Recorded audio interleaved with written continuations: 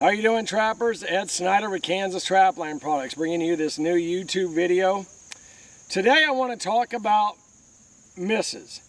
They come in a lot of different forms, but even more particular to misses is let's talk about avoidance a little bit. Avoidance comes in a lot of different, a big different array. Are they really avoiding your sets? Do you have the wind right? You know, is it visual enough so they even see it? If the wind is wrong, and there's a million different things. Are we on location? So anyway, I'm bringing up, I made several mock sets right here, and I want to talk about the pros and cons of these types of sets and what we can possibly do to fix our problem so we don't do it. I'm saying this in advance of the up and coming trapping year to help you get to the next level in coyote trapping. So right behind me is what I consider a common error in my book. And go ahead and zoom in here on this. I see this a lot with coyote trapping in the pictures and whatever. What we got is we got a beautiful little black spot right here. It's not blended, but I do see a lot of photos of guys talking about their sets throughout the year, and I'll see this type of thing. And if this fits you, let me give you a couple remedies here for this. One thing is, if this is the location, we may have a situation where the coyotes come to it and it just stands out so much that they possibly won't work that type of a set. I'm not saying never. There's always a dumb coyote out there. That being said, as we get it, we can do things using things like our grass. Mark Zager does a lot of that kind of talking. You know, you can blend it all out, making it look nice and blended in. That's one option. The next option is to take if you're using this type of a product, let's just say the weather's so bad you got no grass, take your wax dirt. Now, I mean, I'm using an example, but you spread it out. Don't give him one black spot, give him a runway here as he's traveling down it. So if you're gonna have one spot stand out, make sure it stands out, you know, kind of blending all that back in.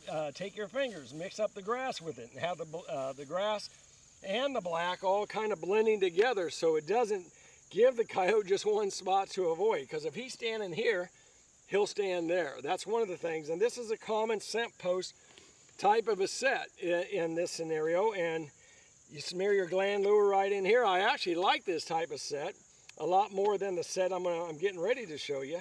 But in this scenario, you put your gland lure here, you put your scat out in the animal's trail and a trap right there, and you got the coyote.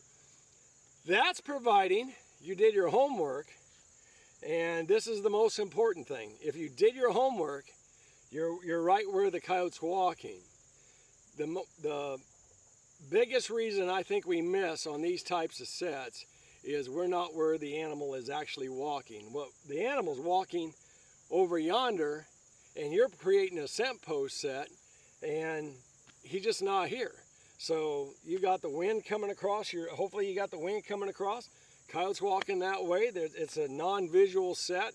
It's a nice ambush spot if he'd ever get up the gumption to come to this side. So that being said, we got two things could possibly be wrong here. Number one, we just created a spot where it's not blended. The coyote knows right where to avoid, not that he's out looking for it, but he's going to investigate that little black dot in amongst this green and dead grass scenario. So that's one problem. The more important problem is what if they're not walking here? So we gotta look for sign for this types of sets. If you find sign where the coyote's walking right by this, you are spot on location. It doesn't even matter if the coyote even smells your lure, you know, because he's going to be walking here anyway, right? So there's a thing for you to really focus on. And one of the number one things that my students that I take and give private instruction to talk about is the fact that they never look for signs so much in their life. That's one of the characteristics of this type of trapping on these subtle scent posts. These are ambush type spots. Let's take a look at this other device. And this one is very common here. So there's been a lot of video footage out here of the black block, of a burnt piece of wood and things like that. I had success with this set in Virginia. They did have timber, they did burn some things off and different things. I had success with it. When I moved to Missouri, guess what? I lived in a primarily farm field scenario. All of a sudden this set wasn't working anymore. I put the gland lure like I always did. I got my trap there. And again, this is another scenario where, guess what? We created a spot right there to avoid, you know, so we'd want to use our grass to blend those kind of things in. I think that if you're in country of where this is common for burnt wood and things like that, I think it's a good thing. I myself have never had success using things out of place. As great as these things may be, if it's out of place, I think you get an animal that'll circle it. They're cautious. They've never seen it before. I got another example over here of another item that could be out of place or it could be in place. So think about the most important thing we want to do when we're talking scent post sets is we want to think tracks. I don't want to pull an animal. This is designed to pull the animal over. That's the whole idea behind it. But it doesn't mean that the coyote, as an example, won't go anywhere here.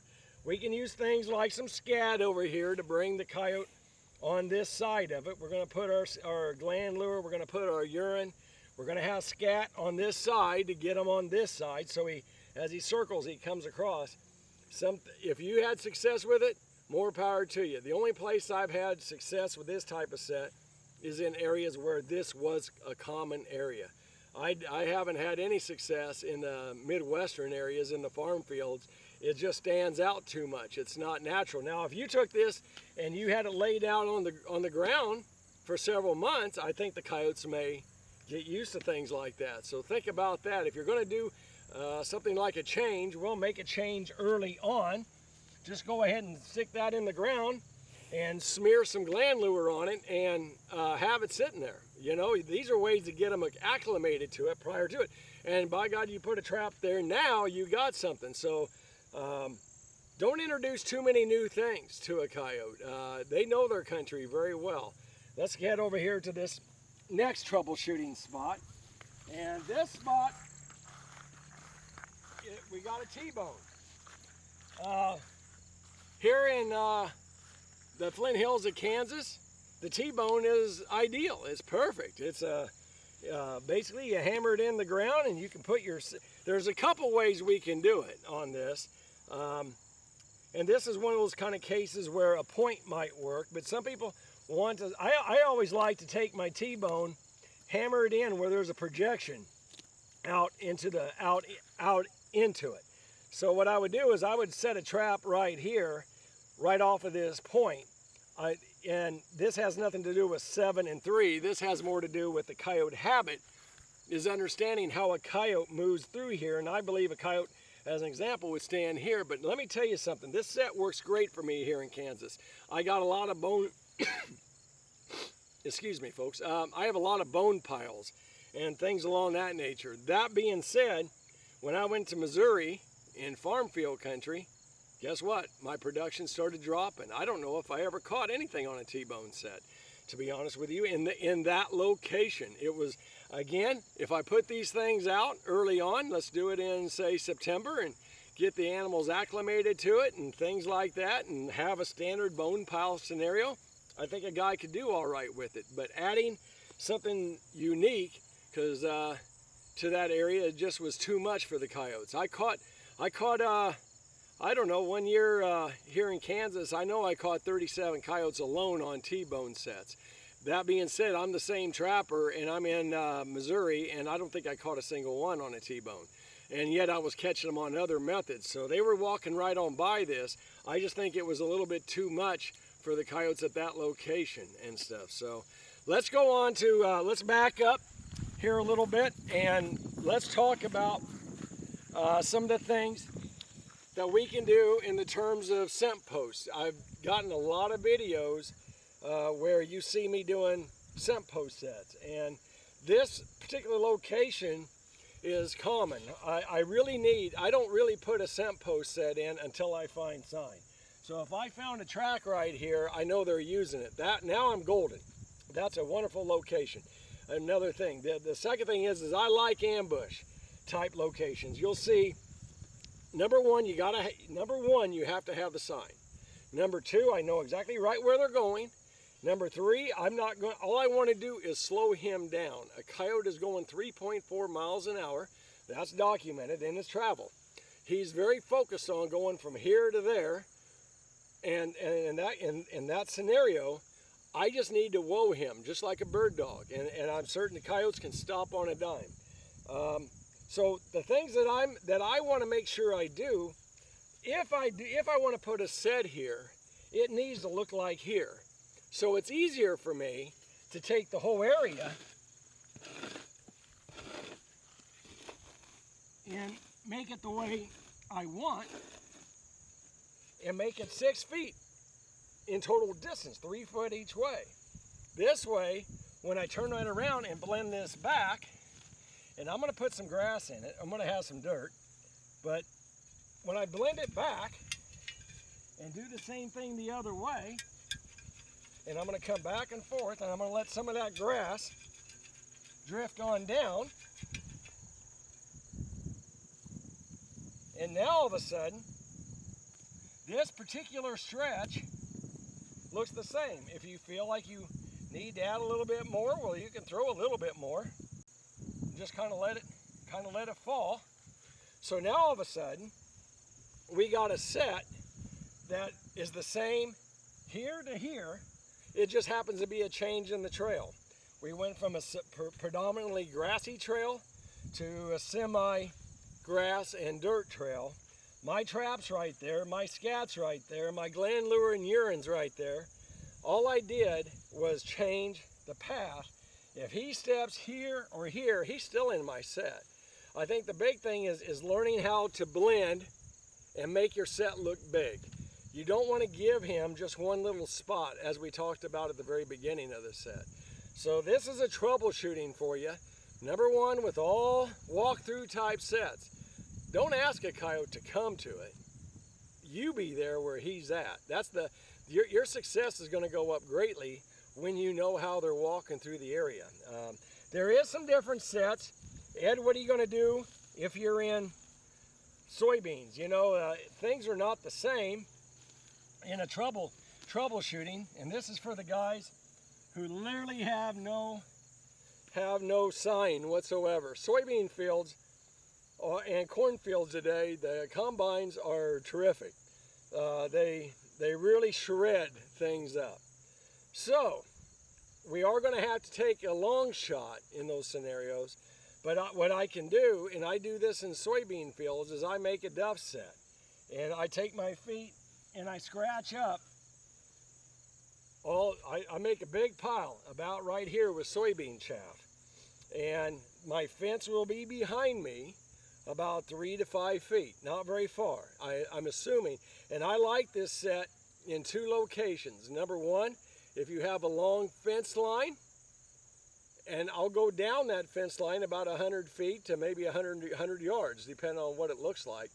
And in that case, that coyote's walking that grassy edge through there. I will scrape it up, and the thing is, when you get your pile, your duff pile, and understand this should be about like this, you want to create one point on it. That's telling him where to piss at, and then you're going to do the same thing here. And soybean chaff, when you're shaking it back, you'll get that mottled look with the soybean chaff. It'll look natural. Combines will commonly have soybean chaff clumps just from balling up and different things. It'll get hung up on the head. It'll kind of get balled up, and you'll just see this big old soybean deal. Now, that's a way to deal with a coyote when you don't know exactly where he's walking, such as a farm field scenario. I am asking the coyote, I got the fence behind me, I believe he's coming along this edge. That's why I'm about 3 to 5 foot out from the edge, because they're not a fox. They don't always walk right next to the grass edge. They kind of maybe walk out a little bit. And here I gave him a visual object that can be seen for hundreds of yards. It'll just stand out. Even the farmers have driven, who are friends of mine, have driven over the top of them coming to say hello to me when they see me out in their field. So anyway, they look very natural, and that's what I like about it. It's a natural looking set. Just understand it needs to be something along that line, something that'll really stand out in that. The big thing I can say about coyote avoidance is be spot on when it comes to scent post sets and trail sets, is be spot on location. If you can understand how the animal's walking down the edge, you've got that animal caught at that stage. So we're just going to slow him down. The next thing I want to talk about is dirt holes. What are we going to do? How do we deal with dirt hole avoidance? And let's come back here. I have two different mock sets. We're going to start right here on two totally different sets. For many years, this was my dirt hole. E.J. Daly come out with a booklet, and I followed that. And I'm not saying I did exactly according to Daly, but I saw a lot of guys make sets like that, and basically it was back 3 and over 3, you know, or back 4 over 3.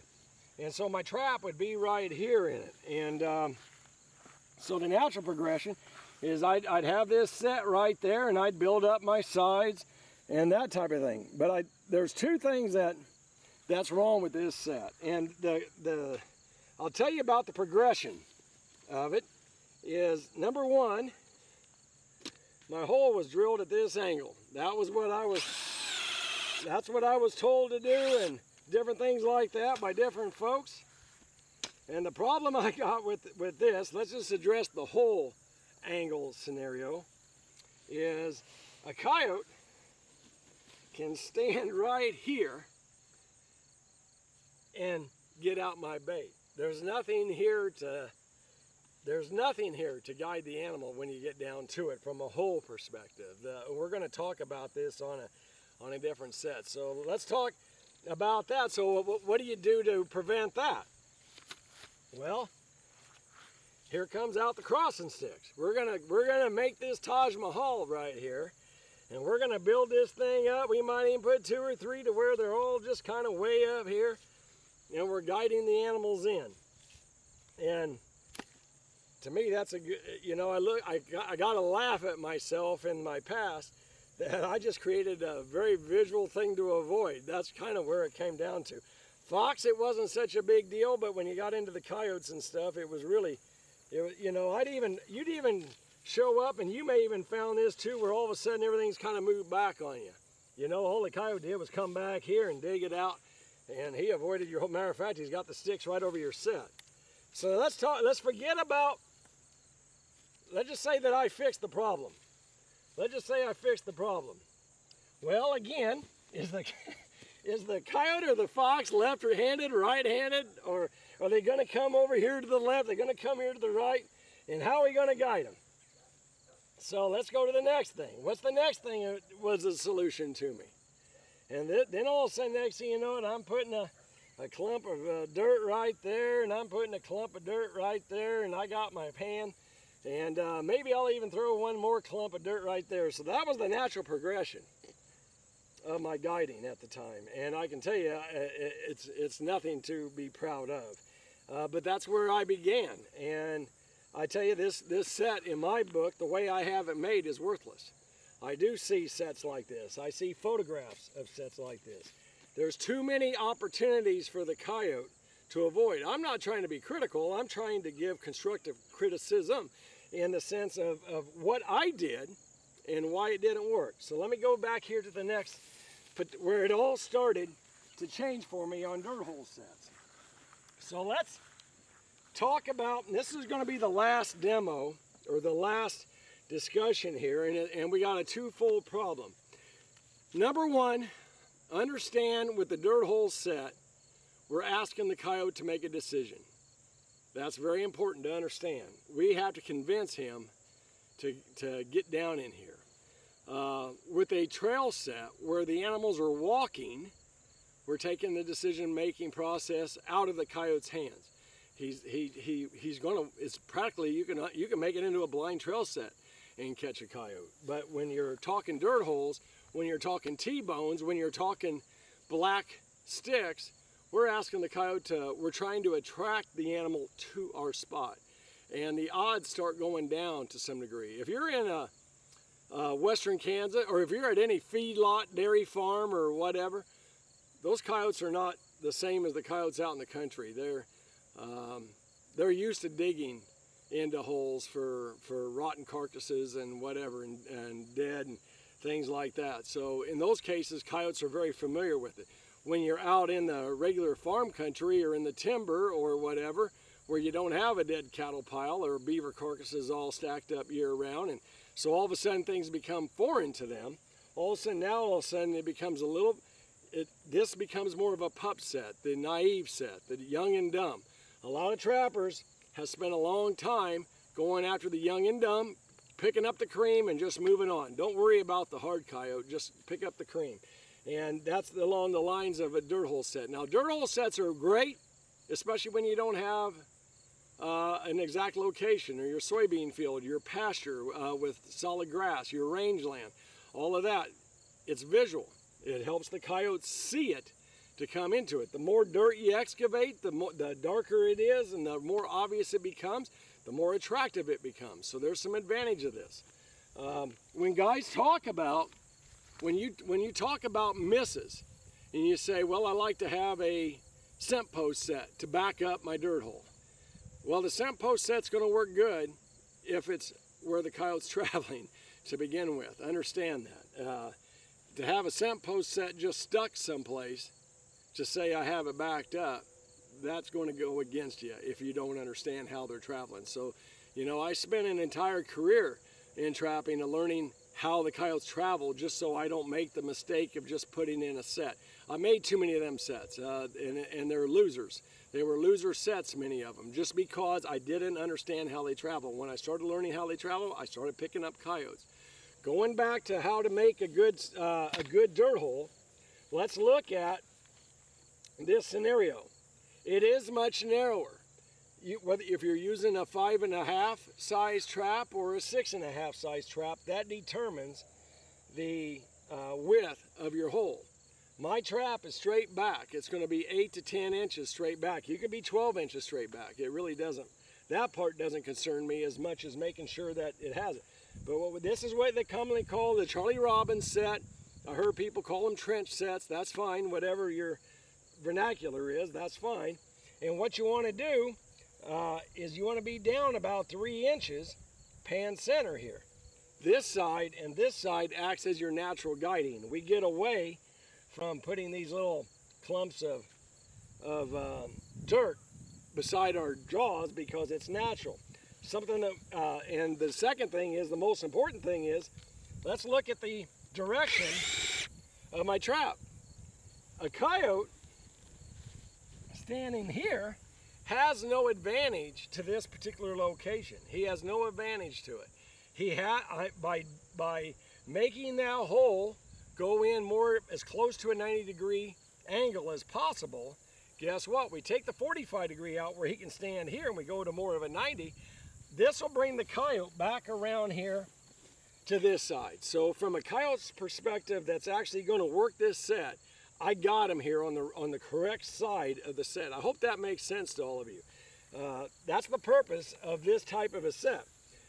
Then the next thing is how do we get him to stop where we want him to stop? And one of the things we can do is we can pull some of that dirt we just dug out and make a little lip over the top of the, you have to look at how much rainfall you get, but you can make a little lip over your spring lever, and what that'll do is that'll tell the coyote to stop right before it. If you need to, put something kind of right there. If you need to, you could also use, I don't have any sticks here, just using this as an example, on your dog side, you could put a stick into the side here to say don't step here, but usually coyotes are pretty good about stepping right in near the middle of these types of sets. It's if you get a lot of rainfall, then make it more on a slant. Make your hole nice and deep. Get it down 8-10 inches so the water can drain away. So in those cases, just make it a nice steep bank. That coyote, he'll step right here on his way in to get the bait. And if you're 8 to 12 inches back, pan center from your attractor. I generally smear my gland lure or my call lure right up here on the back lip. If it's a skunkier lure, you may want to put it on a brush or a sapling nearby. Unless it's very cold, then you can go ahead and put it in here again. So these are some different ideas for it, but understand this is the construction for guiding compared to what I did just right next door. But what if you are dealing with some difficult coyotes?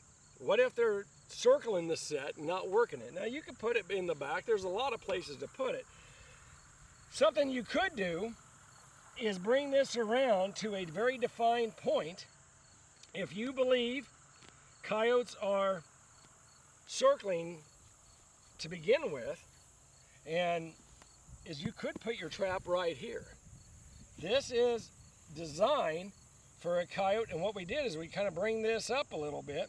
So as the coyote comes back around, you're really making a flat set. You could go through all of this, make it nice and visual. You don't even have to do that much to the set. You're just making a dirt hole set. But now you put the trap right here in that location, and now all of a sudden we're dealing with the coyote that whether or not they're going to work the set or not doesn't really matter, because it's a flat set. It's designed for them to circle the thing. And Richard caught quite a few coyotes last year. We were in some very hard ground, and so he says, and I can't even get it in there. So he just dug these trenches, and he put this right there, and he moved it a little bit. Sometimes he put the other clump right here and had the trap there. I like it coming off of the point. There's no wrong decision there. But if you're getting into avoidance coyotes, and this is an avoidance type set now all of a sudden, we're talking about a coyote's habits. They circle, they come back around, they step in your trap. These are some different things that we can do. And like I said, if you need to, add a little scat, using this as scat. Put a little scat right there.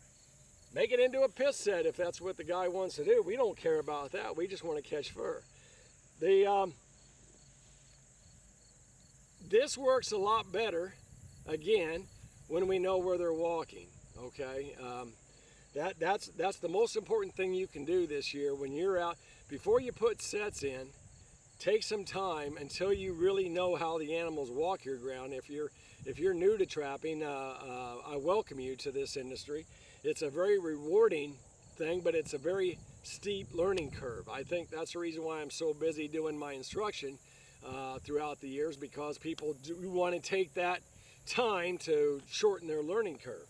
Things like this, understanding, find the sign, set the sign. Having your head down 90% of the time is a good thing. It's not a waste of time. Make sets that are, number one, right underneath their feet to the best of your ability. Number two, make sets that are visual when you do not have the sign and things like that. If I don't know where the coyotes are exactly moving, a dirt hole set's a great choice, but sometimes you may want to bring the trap over here, especially if you're dealing with some very difficult coyotes. So anyway, here's those are some of my tips for the day.